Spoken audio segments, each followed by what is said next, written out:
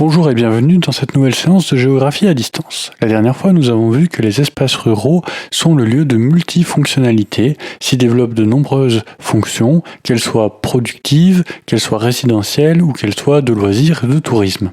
Aujourd'hui, nous allons voir que cette multifonctionnalité ne se fait pas toujours dans l'harmonie, il y a souvent des conflits d'usage et d'acteurs sur ces espaces. En effet, on peut commencer par noter petit 1 qu'il y a des dynamiques contrastées dans ces espaces ruraux. Toutes n'ont pas les mêmes évolutions pour ces années et les années à venir. Alors d'abord, on peut noter que les campagnes des villes, des littoraux et des vallées urbanisées, qui correspondent à 25% de la population sur 26% du territoire, sont sous l'influence des villes. Et ces espaces ruraux, sous l'influence de ces villes, connaissent une forte croissance résidentielle, un renouveau démographique et économique. Ce sont donc des espaces dynamique. Ensuite, on a une autre catégorie, les campagnes agricoles et industrielles. Donc, elles regroupent 9% de la population sur 26% du territoire. Ces espaces ruraux sont peu denses et ils connaissent des dynamiques démographiques et économiques très contrastées. C'est-à-dire qu'il y a des évolutions très différentes entre ces différentes campagnes agricoles et industrielles. Et dans tous les cas, les activités agricoles, industrielles et agro-industrielles y sont prépondérantes. C'est pour ça que c'est contrasté. Parce que selon le devenir de ces industries, la campagne va avoir un avenir plutôt positif ou négatif. Si une industrie fait faillite, par exemple, il risque d'y avoir une baisse énorme de l'activité économique. Dernière catégorie, les campagnes vieillies aux très faible densité. Alors ça concerne 8% de la population sur 42% du territoire. Donc on voit bien que les densités sont très faibles. Là, ces campagnes, elles sont éloignées, parfois difficiles d'accès, éloignées de services notamment, et donc confrontées à une désertification, au vieillissement de la population, à une paupérisation importante. La paupérisation, c'est le fait de devenir pauvre pour une population. Alors, certaines reconnaissent un regain démographique, mais c'est assez rare. En général, ce sont plutôt des campagnes qui sont sur le déclin dans les pays du Nord. Alors notons pour ça un mot de vocabulaire, la déprise agricole, qui est l'abandon de l'activité de culture ou d'élevage sur un territoire.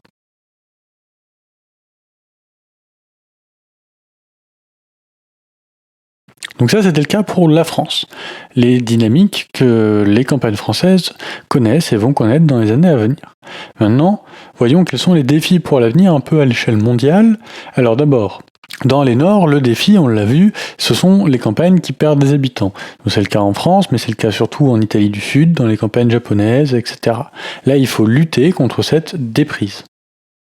Un autre défi, c'est la pollution agricole et industrielle. Ça concerne un peu tous les types de campagnes productives, puisque l'agriculture intensive et productiviste, ainsi que l'industrie, vont entraîner des conséquences négatives pour les espaces ruraux, que ce soit des pollutions du sol, de l'eau, de l'air, et puis des nuisances sonores, visuelles, etc. Donc, du coup, de nombreux pays développent des mesures pour protéger leurs espaces ruraux, notamment l'agriculture biologique, qui reste minoritaire, mais qui propose un modèle plus respectueux des écosystèmes ruraux. Alors, petit 3, entrons dans le vif du sujet, les conflits d'usage s'affirment. Alors, un conflit d'usage, c'est une opposition au sein d'une société entre plusieurs acteurs pour l'utilisation d'un espace ou d'une ressource. Alors, commençons par un exemple. Cet exemple, c'est une campagne roumaine. Donc, c'est la campagne de Rosia Montana en Roumanie. Alors, voilà, je vous mets un petit extrait de carte pour que vous puissiez situer. Alors, pour regarder avec moi ce croquis, on voit que dans cet espace rural, on a un projet industriel important avec des mines à ciel ouvert qui prennent une place assez importante sur la carte, vous le voyez en marron. Là, on va traiter le minerai et l'extraire. Donc tout ça, ça fait partie d'une concession minière d'or, et c'est ce que vous voyez en pointillé. Là, tout cet espace est une concession minière à une compagnie qui s'appelle la RMGC. Donc cette compagnie, elle utilise non seulement l'espace pour faire des mines et des usines, mais aussi pour faire des bassins de décantation. Donc un bassin de décantation, c'est là où on va mettre la roche qui a été extraite et puis on va la décanter pour séparer le minerai précieux du reste du minerai.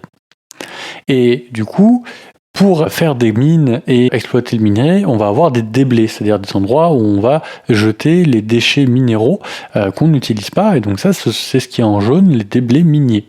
Et en même temps, en concurrence avec ce projet minier, on a des espaces ruraux plus traditionnels, donc on a des versants de montagnes agricoles, on a de la forêt, on a des villages qui sont à proximité, voire dans la concession minière, et puis on a aussi une zone historique protégée.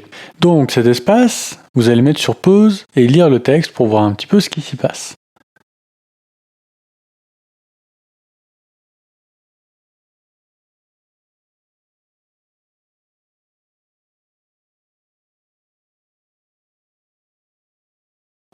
Voilà, je vous montre maintenant un deuxième texte, donc lisez-le, mettez sur pause.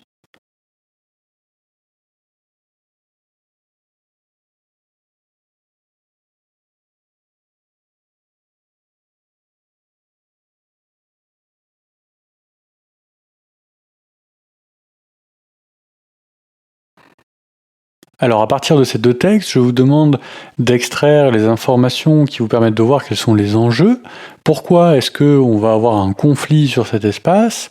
Précisément, en citant le texte, quels sont les problèmes? Et puis, quelle est la réponse qui est apportée par le gouvernement qui tranche cette question? Alors mettez sur pause, répondez à cette question, et puis je fais la correction juste après.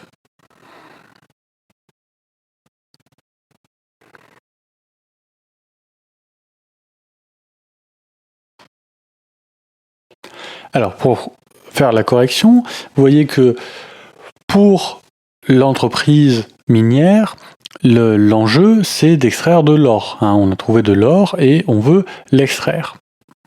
Pour les habitants, on a un double enjeu. D'abord, un problème de pollution, puisque pour extraire de l'or, c'est le cas partout où il faut extraire de l'or, et on a besoin de cyanure. Le cyanure, c'est un poison très dangereux, et mettre du cyanure dans les bassins de décantation qu'on a vus, c'est mettre le cyanure dans la terre, dans l'eau, et donc polluer énormément toute cette zone. En plus, ça demanderait, vous l'avez vu dans le premier texte, de raser un bon quart d'un village qui est classé historiquement, ou plutôt qui à ce moment-là ne l'est pas encore, mais qui a une valeur historique assez forte. Or, pour les habitants du coin, cet endroit, non seulement ça fait partie de leur patrimoine, mais en plus, ça pourrait permettre, vous l'avez vu dans le deuxième texte, de faire venir des touristes. D'accord ? C'est une ressource, ces sites historiques. Donc justement, on a une demande qui a été faite, on le voit dans le deuxième texte, et auquel le gouvernement roumain a répondu positivement de classer ce site d'intérêt historique pour le protéger de la destruction et donc permettre d'avoir une protection d'une autre ressource qui est la ressource en tourisme, la ressource en loisirs. Et donc pour ça, on se bat encore puisque même si le site du village a été protégé, eh bien il reste des montagnes et raser ces montagnes pour en extraire l'or, ça abîmerait énormément le paysage et donc on veut conserver un patrimoine qui est aussi non seulement un patrimoine historique mais aussi un patrimoine de paysage.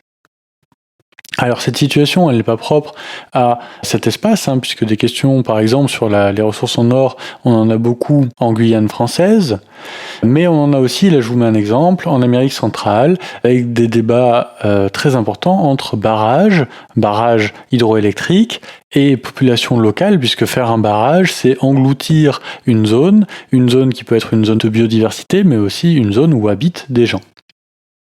Et vous le voyez sur cette carte, ça mène parfois à des conflits qui sont très violents avec des assassinats de protestataires. Donc des gens qui étaient contre les barrages et qui se sont fait assassiner, souvent par des gens commandités par les grandes compagnies qui gèrent ces barrages. Donc, qu'est-ce qu'on va noter en bilan ? D'abord, on a en général une augmentation des conflits d'usage, puisque la diversification des fonctions des espaces ruraux met en présence des acteurs qui ont des usages différents, voire contradictoires de l'espace. Les fonctions productives, agricoles et industrielles, peuvent entrer en contradiction avec les fonctions résidentielles, récréatives ou environnementales. Donc des conflits se déclenchent à partir de projets d'aménagement considérés comme une source de nuisance. Donc ça peut être une route, une centrale électrique, une usine, une mine, etc. ou considérés comme une source de pollution. Alors la question c'est toujours à quel niveau de nuisance il faut céder d'un côté ou de l'autre. Alors, ces conflits sont notamment importants dans les Suds, puisque à cet endroit, on a des conflits autour de la terre. Il y a des États ou des entreprises de pays développés et émergents qui cherchent à sécuriser leur approvisionnement en ressources, et ça cause ce qu'on appelle l'accaparement des terres. Donc l'accaparement des terres, c'est quand une entreprise ou l'État prend des terres aux gens qui sont là, et ça conduit à une multiplication des conflits dans l'espace rural des pays pauvres notamment. Donc ça donne des conflits qui sont souvent asymétriques. Il arrive que le rapport de force soit très équilibré entre les acteurs. C'est souvent le cas lorsque de petites communautés de villageois ou de paysans s'opposent à un projet minier, industriel ou énergétique polluant. Alors que faire pour préserver les environnements et les espaces ruraux? Donc ça c'est notre petit 4. Alors deux possibilités grâce au cadre naturel, puisque on a plusieurs fonctions des espaces ruraux qui sont liées à la valorisation d'un environnement, d'un cadre de vie recherché pour sa qualité supposée, ses paysages. C'est le cas pour la fonction résidentielle, pour la fonction récréative et touristique, et ces fonctions elles répondent souvent à une demande des sociétés urbaines développées. Donc ces trois fonctions, résidentielle, récréative et touristique, elles s'appuient sur une autre fonction de plus en plus attribuée aux espaces ruraux, c'est-à-dire celle de la protection de l'environnement et des paysages, qui rend ces espaces attractifs. Cette protection, pour le moment, elle se fait surtout dans des pays développés et émergents. Des territoires ruraux jugés remarquables font l'objet d'une patrimonialisation, y compris à l'échelle mondiale, pour ceux qui ont été retenus par l'UNESCO sur la site du patrimoine mondial de l'humanité. Elle comprend, cette liste, des sites dits naturels, culturels ou mixtes, parmi lesquels des paysages, des parcs, des villages. Les pays du Sud sont moins représentés, mais ils peuvent se saisir de cet outil pour faire reconnaître la valeur exceptionnelle de certains de leurs espaces ruraux.